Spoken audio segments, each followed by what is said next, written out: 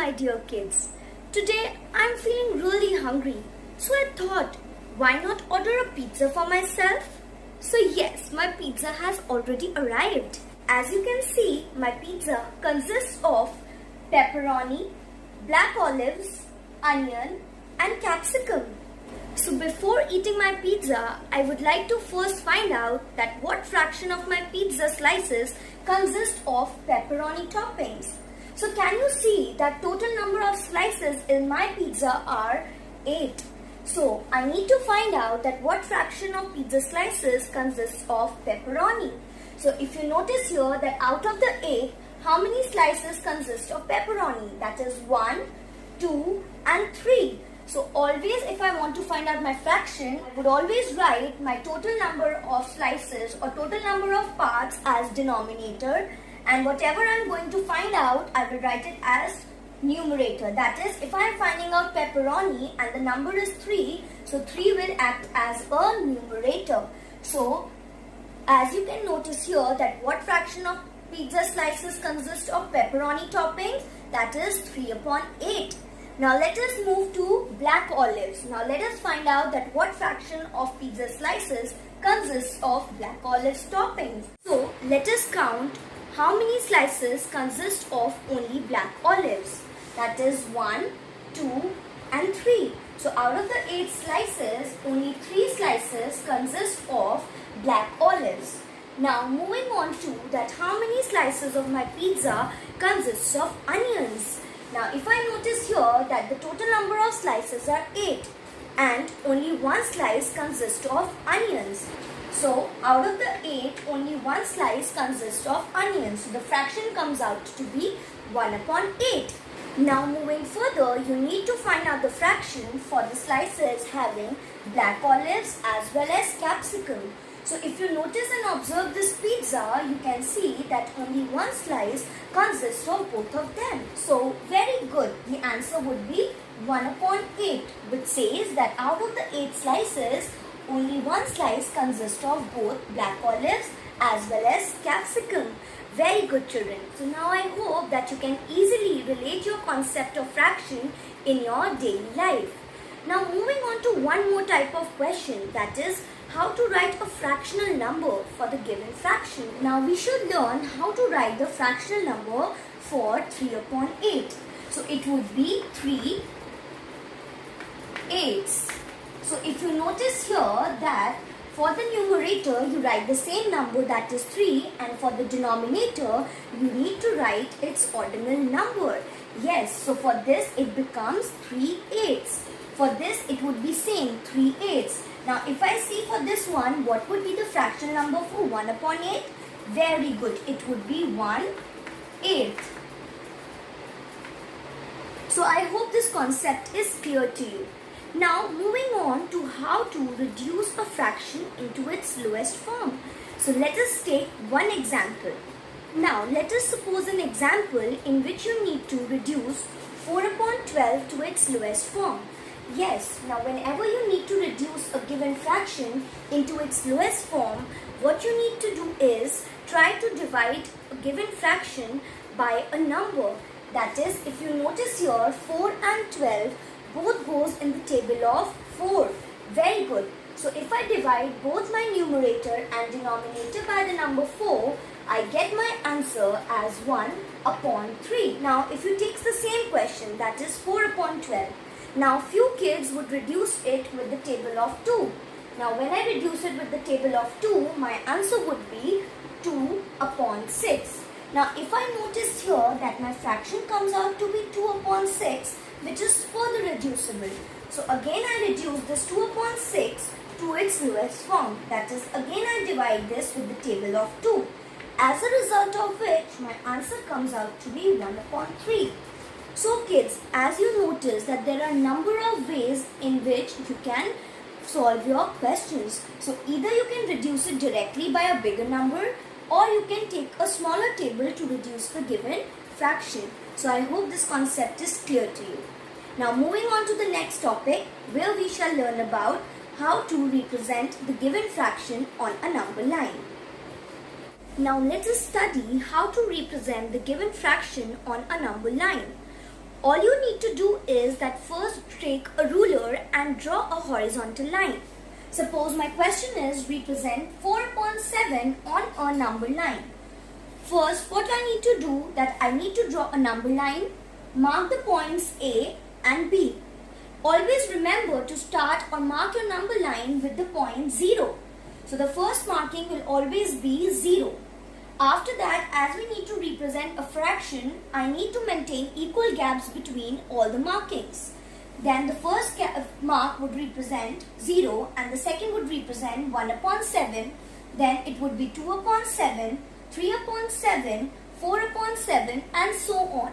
The markings continue till the time the numerator becomes equal to the denominator, because whenever the numerator is equal to the denominator, the answer is 1. That means I am representing my given fraction between 0 to 1. So as you can see that 4 upon 7 lies here on my number line. That is, I will start to put my mark from 0 and I will mark it as 4 upon 7, which would be my answer. That is from here to here. That is, this much distance or this point represents 4 upon 7. So I hope this is clear to you. Now moving on to the next topic, where we will learn how to find out the equivalent fraction of a given fraction. So whenever we need to find the equivalent fractions, we need to keep in mind that the word equivalent means equal or the similar fraction. So you need to find out for the given fraction. So now, what is the concept and how to find the equivalent fractions? If you notice here that the question I have taken says find the next 3 fractions equivalent to 2 upon 5. Why have I circled the word next? Next means that the first one fraction is already given to you, that is 2 upon 5. Now after 2 upon 5, you need to find 3 more fractions which are equivalent or just same as 2 upon 5. It follows the very simple rule, that is, we need to multiply the numerator and denominator by the same number for finding out the equivalent fractions. Now if suppose my question was 2 upon 5 and the first fraction is the same, that is, if I multiply the numerator and denominator by 1, it will result in 2 upon 5. That is my first fraction. But as per my question, as I see here, it is next 3 fractions. So I here multiply my numerator and denominator by the number 2. And as a result, I get my answer as 4 upon 10. Now similarly, I multiply my numerator and denominator by 3. As a result of which I get my answer as 6 upon 15. Now again for the third one, if I see, because they are asking next 3, so I will multiply my numerator and denominator by the number 4. So as a result, I get my answer as 8 upon 20. Now if you notice here that you have already found out your next 3 fractions equivalent to 2 upon 5. Now what you need to do, you need to represent your answer, that is 2 upon 5 is equivalent to 4 upon 10, which is equivalent to 6 upon 15, which is equivalent to 8 upon 20. So I hope that this concept of finding equivalent fraction is clear to you. So kids, there are times when you are given a question to find out the missing numeral. For this, if you notice in the question, they have given you 2 fractions and they have put up an equal to sign in between, which shows that these 2 fractions are equivalent. So what you need to keep in mind in such questions is that if the denominator is increasing, you will always multiply. That is, if you notice here, the denominator 4 increases from 4 to 16. That is, I need to multiply by a number. Now, which number should I multiply 4 with? So I get my answer as 16. Yes, you got it right. It should be 4. So if I multiply 4 with 4, my answer is 16. Now always remember that if I am multiplying the denominator by 4, I also need to multiply my numerator by 4. So if I multiply this 3 by 4, I get my answer as 12. So that is, my missing numeral comes out to be 12. Very good. Now moving on to the second sort of example, which says that here the denominator is decreasing to number 7. So if whenever I see that the number is being decreased or the denominator is being decreased, I will always divide my answer. Now 56 should be divided by which number so that I get my answer as 7?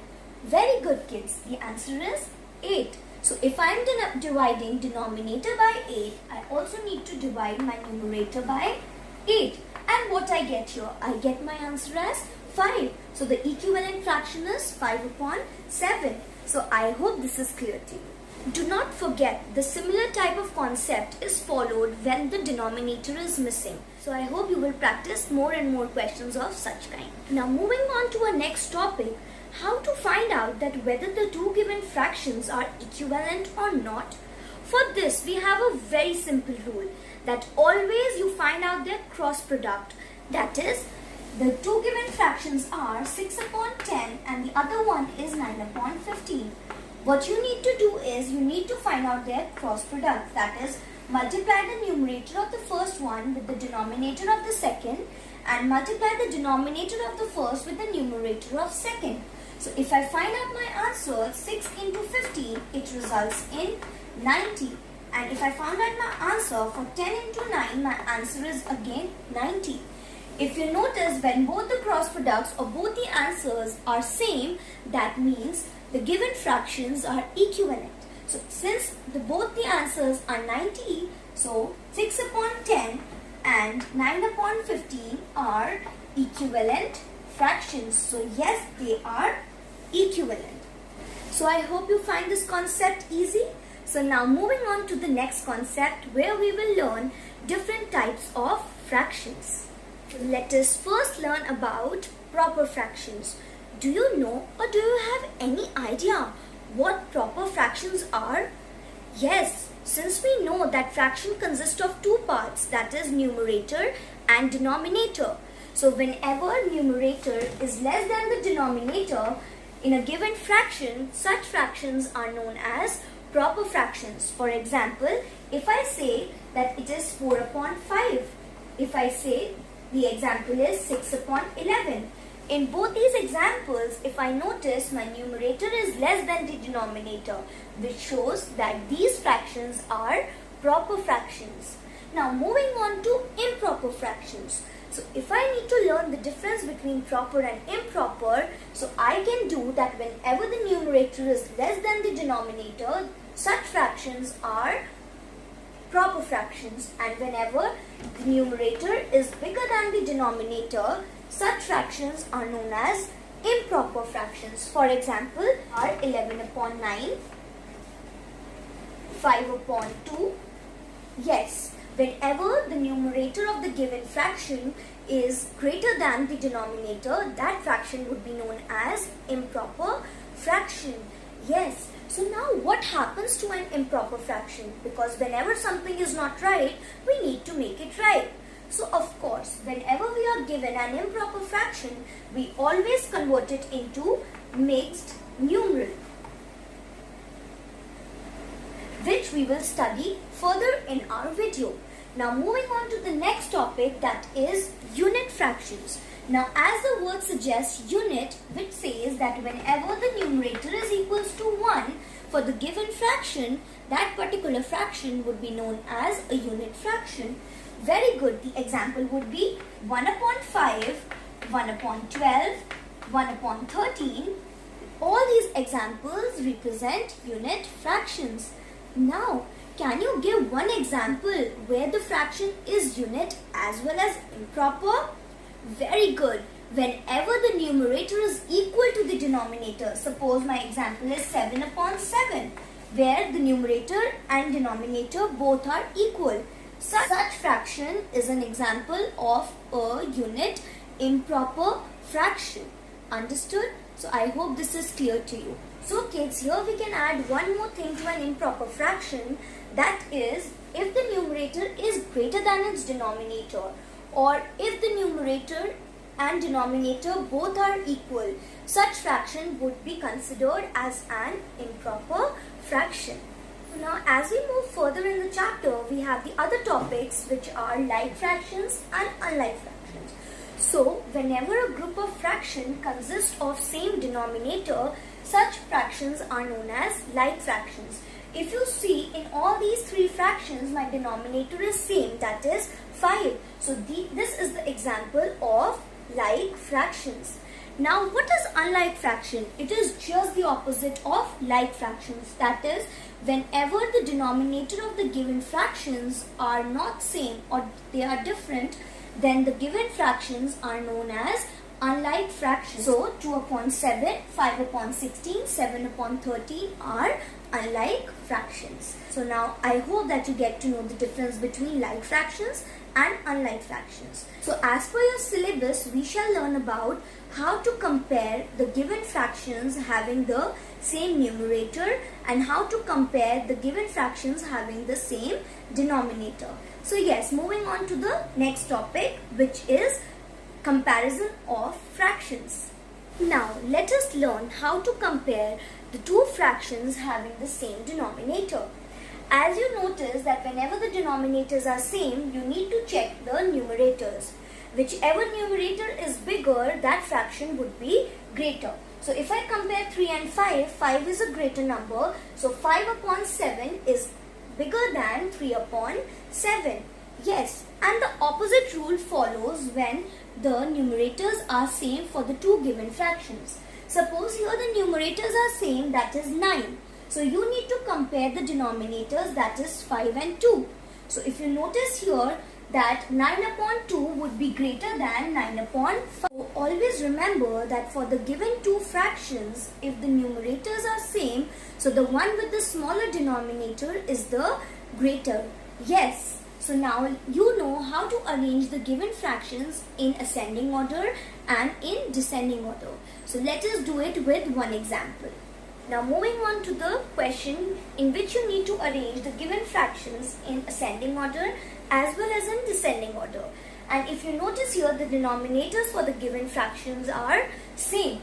So I need to compare my numerators. So 1 with the smaller numerator will be the smallest fraction. So if I see that 1 upon 13 is the smallest fraction, then after that I have 4 upon 13. Then after that it would be 6 upon 13 and the greatest fraction would be 7 upon 13. Now while arranging my answer into descending order, I will just do the opposite of it. Very good. So here 7 upon 13 is bigger than 6 upon 13, which is greater than 4 upon 13, which is greater than 1 upon 13. So in this way I arrange my fractions in ascending and descending order when the denominators are same. Now moving on to the question where I have my numerator as 15 in all the fractions. Now what do I need to do? I just need to do opposite of what I did just now. That is, 1 with the greater denominator will be my smaller fraction. Yes, so here which is the greatest one? This one. So this is my smallest fraction. So after that my answer would be 15 upon 9. After that my answer would be 15 upon 7. And after that my answer would be 15 upon 4. Excellent kids. Now I need to arrange the same question fractions into descending order. So here I know that 15 upon 4 is greater than 15 upon 7, which is greater than 15 upon 9 and which is greater than 15 upon 11. So this is the way of arranging your fractions into ascending order and descending order when the numerators are same. Now it is the time to learn how to do addition of the given fractions. Do you know that the concept is the easiest when the denominators are same? So for you, we have taken an example with the same denominators. So what do I need to do? That when the denominators are same, I need to take a common denominator, that is 15. And what I need to do is just add my numerators. Very good. So here I will add 4 plus 1 plus 7. Now if I add the numerators, I get my answer as 12. And my complete answer becomes 12 upon 15. But here I need to use my logic. That is, I need to reduce my fraction into its lowest form if it is possible. So if you notice here, 12 and 15 together goes in the table of 3. Very good. So I need to divide my 12 upon 15 by the number 3. So I get my answer as 4 upon 5. So my final answer results in 4 upon 5. So I hope this type of concept is also clear to you, and never forget to reduce your answer or reduce your fraction to its lowest form in case if it is possible. Okay, now we shall learn about subtraction of the given fractions. Let's go. Now the example which I have taken says subtract 4 upon 7 and 3 upon 7. So what I need to do is that I need to subtract both the given fractions, that is 4 upon 7 minus 3 upon 7. And if I subtract these fractions, I should know that these both are the like fractions. So I can take their common denominator as 7 and I can subtract 4 with 3. So if I do 4 minus 3, my answer is 1 upon 7. Now notice here that whether it is in its lowest form or not. Yes, 1 upon 7 is already in its lowest form, so I need not convert it further. So 1 upon 7 is my final answer. Very good. Now moving on, that is there any other way to subtract my given like fractions? Yes, I can do it with the help of a number line. So are you ready for it? Let us see it with one more example. Now, if I want to subtract with the help of a number line, what I need to do is that first draw a number line as per the given fractions. So, if I see the question is subtract 3 upon 5 and 1 upon 5 using a number line. So, I need to draw my number line consisting of 0 to 5 upon 5, that is 1. And I need to show my markings A and B. Now, first step that I need to go to the greater fraction, that is 3 upon 5. So, from 0, I will go to 3 upon 5, that is, I will take how many steps? I will take 3 steps. First, second and third, and I reach to 3 upon 5. Now, you need to subtract 1 step from 3. So, that is, I need to take my 1 step back and to get my answer. So, if I take 1 step back, my answer is 2 upon 5. Which shows that 2 upon 5 is the final answer when I subtract 3 upon 5 and 1 upon 5. So I hope now you know how to subtract the given fractions using a number line. And remember kids, we can only add and subtract the like fractions. And if they are unlike, we will first convert them into like and then we will solve them. This concept we will study in the next class. Now kids, moving on to a very interesting topic, that is conversion of a mixed numeral into an improper fraction.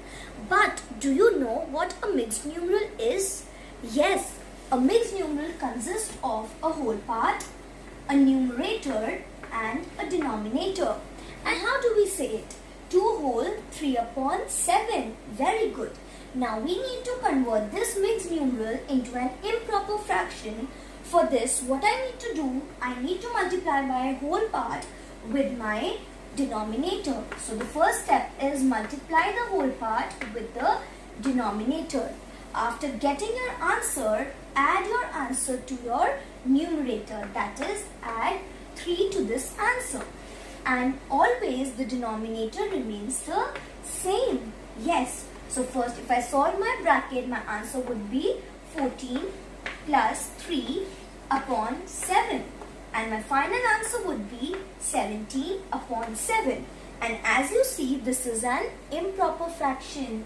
Kids, remember here that an improper fraction is always greater than 1. And a proper fraction is always less than 1.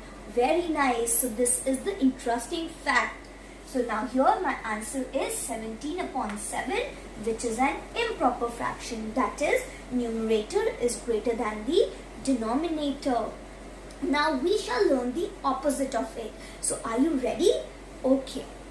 Now for converting an improper fraction into a mixed numeral, what you need to do is first observe the question. The question is 14 upon 5, which says that you need to divide your numerator with your denominator. That is, you need to divide 14 by 5.